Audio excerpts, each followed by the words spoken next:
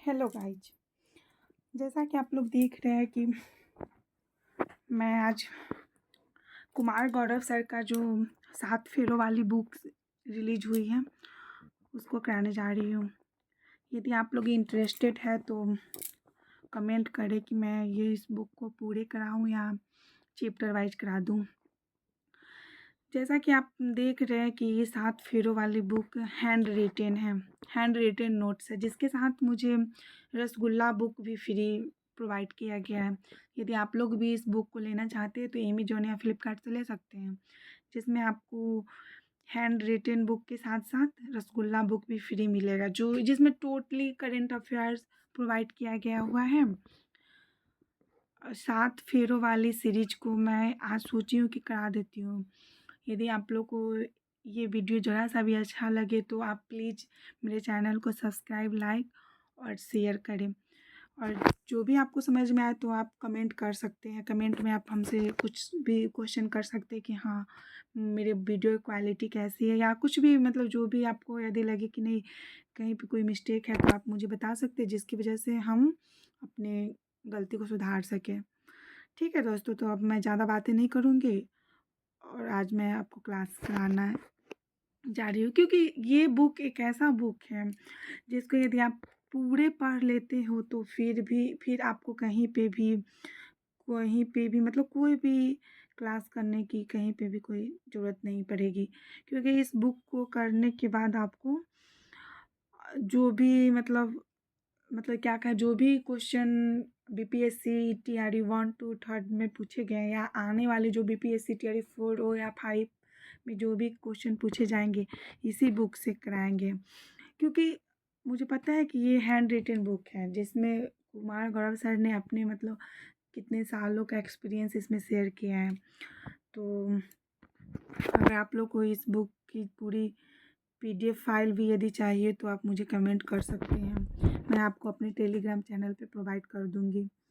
ठीक है, तो मैं अब ज़्यादा बातें नहीं करती हूँ, मैं इस क्लास को स्टार्ट करती हूँ।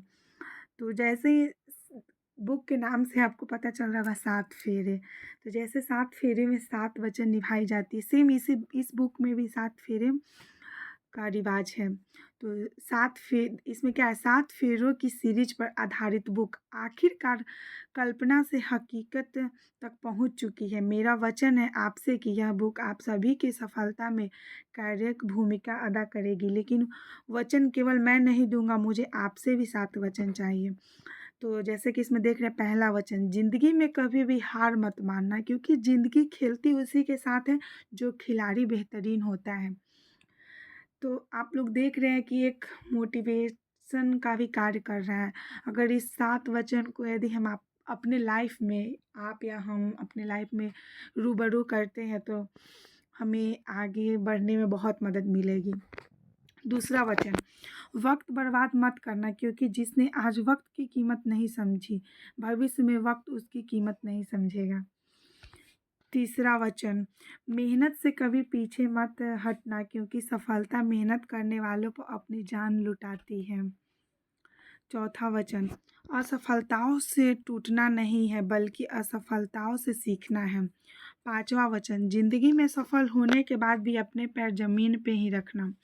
छठा वचन क्या है, महिलाओं, सैनिकों तथा किसानों का सदैव सम्मान करना, क्योंकि ये भारत की आत्मा है।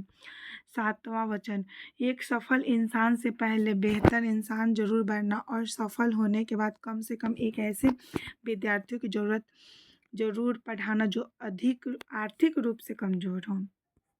इस पुस्तक के संपादकीय लिखते समय मेरी आंखें में पिछले 5 वर्ष का संघर्ष चल रहा है, जो बेहद खूबसूरत है। मैं आप सभी के लिए परमात्मा से कामना करता हूँ कि आपकी मेहनत जल्दी ही मंजिल तक पहुँच जाए। तो देख रहे हैं कि इस बुक में कुमार गौरव सर के 5 सालों का एक्सपीरियंस बताया गया है।